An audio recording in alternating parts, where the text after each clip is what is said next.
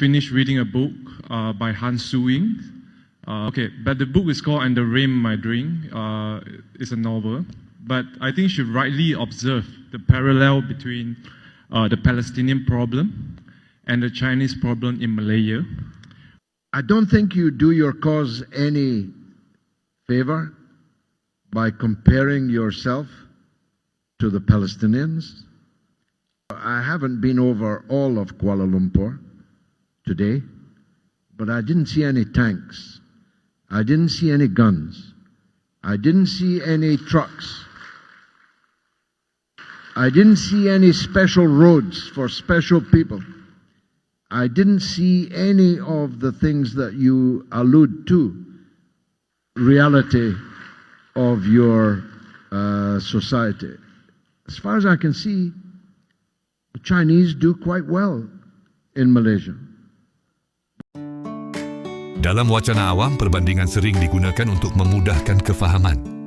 Namun bila sejarah, identiti dan penderitaan manusia disamakan tanpa konteks yang tepat, kekeliruan mula berlaku.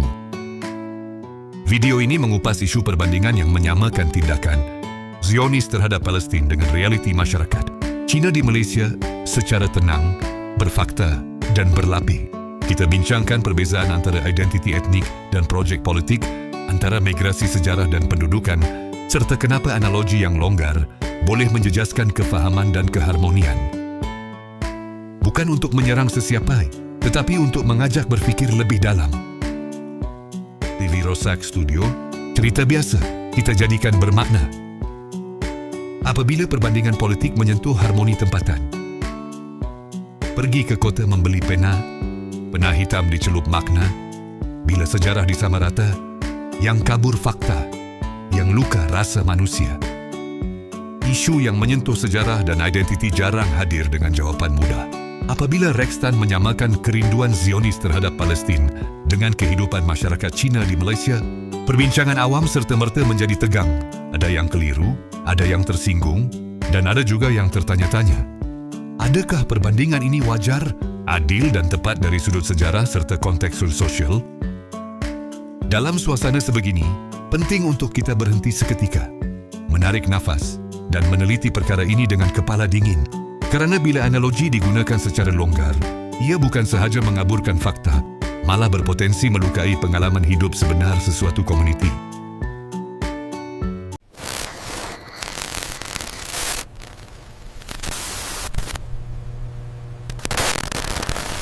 Hak tak setuju dia ditangkap, ini prinsip kebebasan bersuara, kebebasan pada wartawan. Maknanya dia nak sebut apa saja, undang-undang tak boleh sentuh. Di satu sisi lain berpendapat, ini dah cross the red line. Jadi pihak polis berada di situ sebagai agensi penguatkuasa. Ya? Dan bukanlah dalam memulakan proses ini, dilakukan dengan keadaan bahawa kita ini lebih kepada nak menekan kebebasan. Itu tidak sama sekali. Ya, so biar due proses itu berlaku lah maksudnya.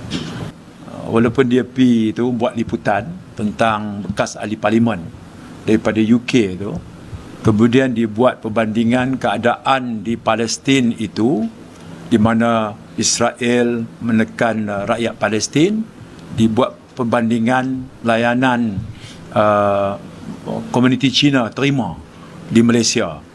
Dan jawapan daripada ahli parlimen itu pun sangat jelas. Maknanya tak kena sama sekali.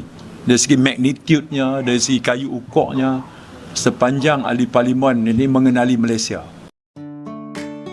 Pertama, kita perlu faham bahawa Zionisme ialah sebuah gerakan politik dan ideologi yang lahir dalam konteks Eropah abad ke-19 dengan tuntutan ke atas, sebuah wilayah yang telah didiami oleh masyarakat lain selama berkurun. Konflik Palestin pula berakar pada penjajahan, pemindahan paksa, dan peperangan berpanjangan. Ini bukan sekadar soal rindu atau hubungan sejarah, tetapi melibatkan struktur kuasa, ketenteraan, dan kedaulatan negara. Sebaliknya, kehadiran masyarakat Cina di Malaysia terbentuk melalui proses migrasi sejarah, perdagangan buruh, dan penjajahan British, yang kemudiannya disusuli dengan proses kewarganegaraan, perlembagaan, dan pembinaan negara bangsa. Mereka bukan datang dengan projek penaklukan, tetapi akhirnya menjadi sebahagian daripada kerangka kenegaraan Malaysia moden. Menyamakan dua konteks ini ibarat menyamakan peta lama dengan jalan tol. Baharu, rupa mungkin serupa dari jauh, tetapi fungsinya berbeza sama sekali. Kedua, perbandingan tersebut mengabaikan kedudukan undang-undang dan sosial. Masyarakat Cina di Malaysia adalah warga negara yang diiktiraf, dilindungi perlembagaan, dan terlibat dalam sistem politik, ekonomi serta budaya negara. Sementara konflik Palestin melibatkan rakyat yang hidup di bawah pendudukan, sekatan pergerakan, dan kehilangan hak asas. Apabila dua realiti ini disamakan, penderitaan sebenar menjadi kabur dan pengalaman hidup rakyat Malaysia pula disalah tafsir. Ketiga, dari sudut emosi dan sensitiviti, analogi sebegini mudah mencetuskan salah faham antara kaum.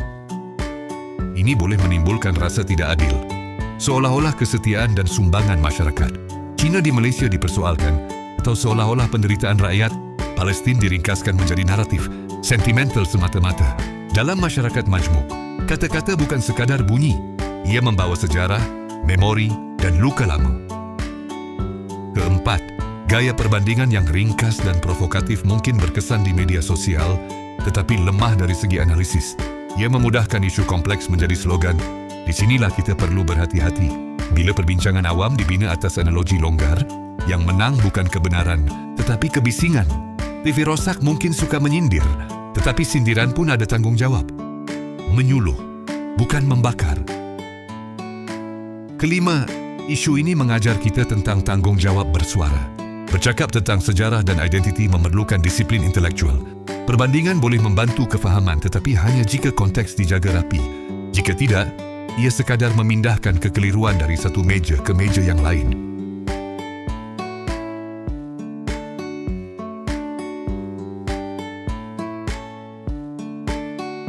Satu lagi kelemahan besar dalam perbandingan ini ialah kegagalan membezakan antara identiti etnik dan projek politik.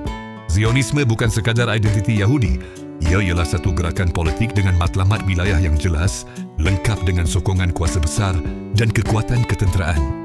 Manakala identiti Cina di Malaysia pula ialah identiti etnik dan budaya yang berkembang dalam kerangka sebuah negara berdaulat tanpa agenda untuk menggantikan kedaulatan sedia ada. Bila dua perkara ini disamakan, kita bukan sahaja mengelirukan fakta, tetapi mencampur-adukkan dua konsep yang tidak setara. Selain itu, analogi sebegini juga menutup realiti bahawa konflik Palestin bukan konflik nostalgia, tetapi konflik yang masih berdarah hari ini. Ia melibatkan kematian, pemindahan paksa, sekatan makanan dan trauma generasi. Menyederhanakan konflik ini kepada naratif rindu tanah asal, seolah-olah ia sekadar kisah sentimental diaspora adalah satu bentuk pengecilan terhadap penderitaan sebenar. Dalam bahasa mudah, ini bukan cerita balik kampung. Ini cerita kehilangan kampung. Dalam konteks Malaysia pula, perbandingan tersebut boleh mengganggu kontrak sosial yang rapuh, tetapi penting. Keharmonian kaum di negara ini dibina atas persefahaman sejarah, kompromi politik dan kesediaan untuk hidup bersama walaupun berbeza. Apabila wacana awam mula menggunakan analogi antara bangsa yang ekstrim untuk menjelaskan realiti tempatan, ia berisiko membuka ruang syakwasangka yang tidak perlu. Bukan kerana rakyat tidak matang, tetapi kerana sejarah Malaysia sendiri penuh dengan episod sensitif yang memerlukan kebijaksanaan dalam bertutur. Tambahan pula, perbandingan ini mengabaikan satu perkara penting, agensi dan pilihan. Masyarakat Cina di Malaysia membuat pilihan untuk membina kehidupan di sini, memperjuangkan hak melalui saluran sah dan menyumbang kepada negara. Rakyat Palestin pula tidak diberi pilihan yang sama.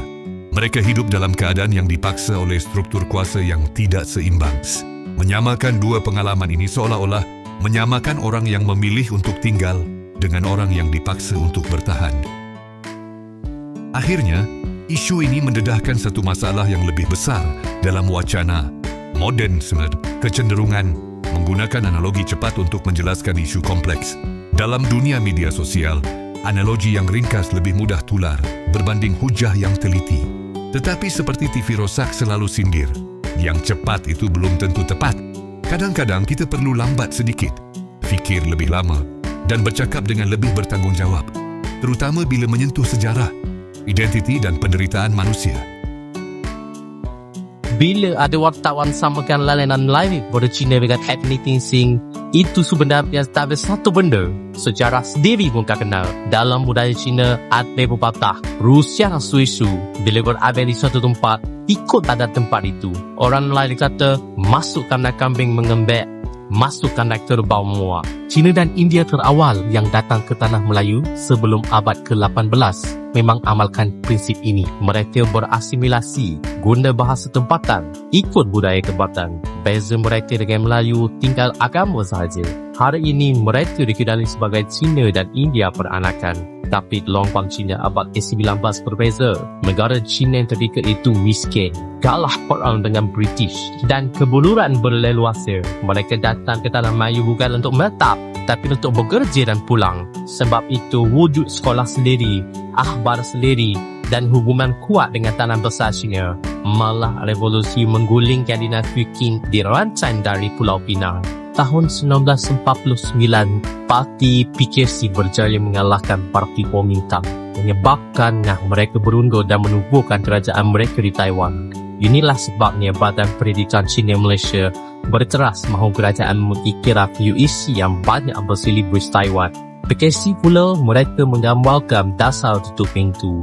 Orang Cina di tanah Melayu terputus hubungan.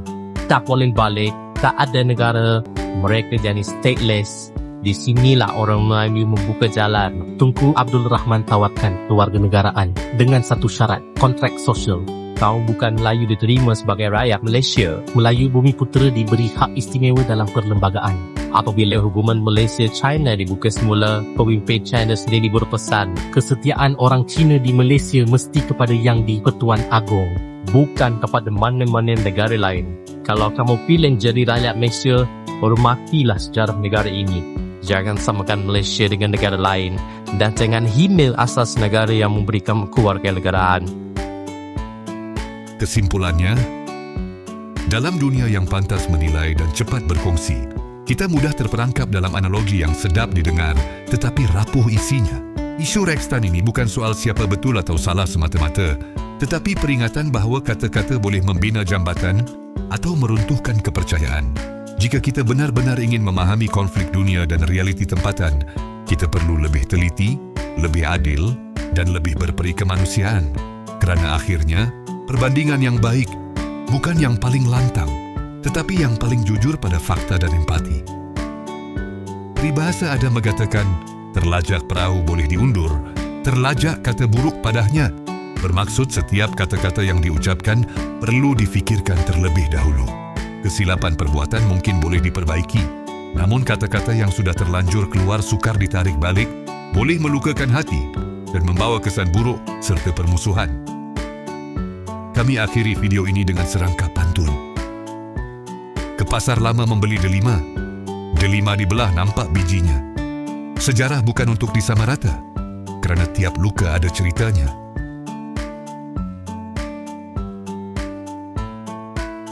Itulah cerita Malaysia untuk kali ini. Share dan subscribe TV Rosak Studio. Kongsikan pandangan anda di ruangan komen. Jumpa lagi di video seterusnya.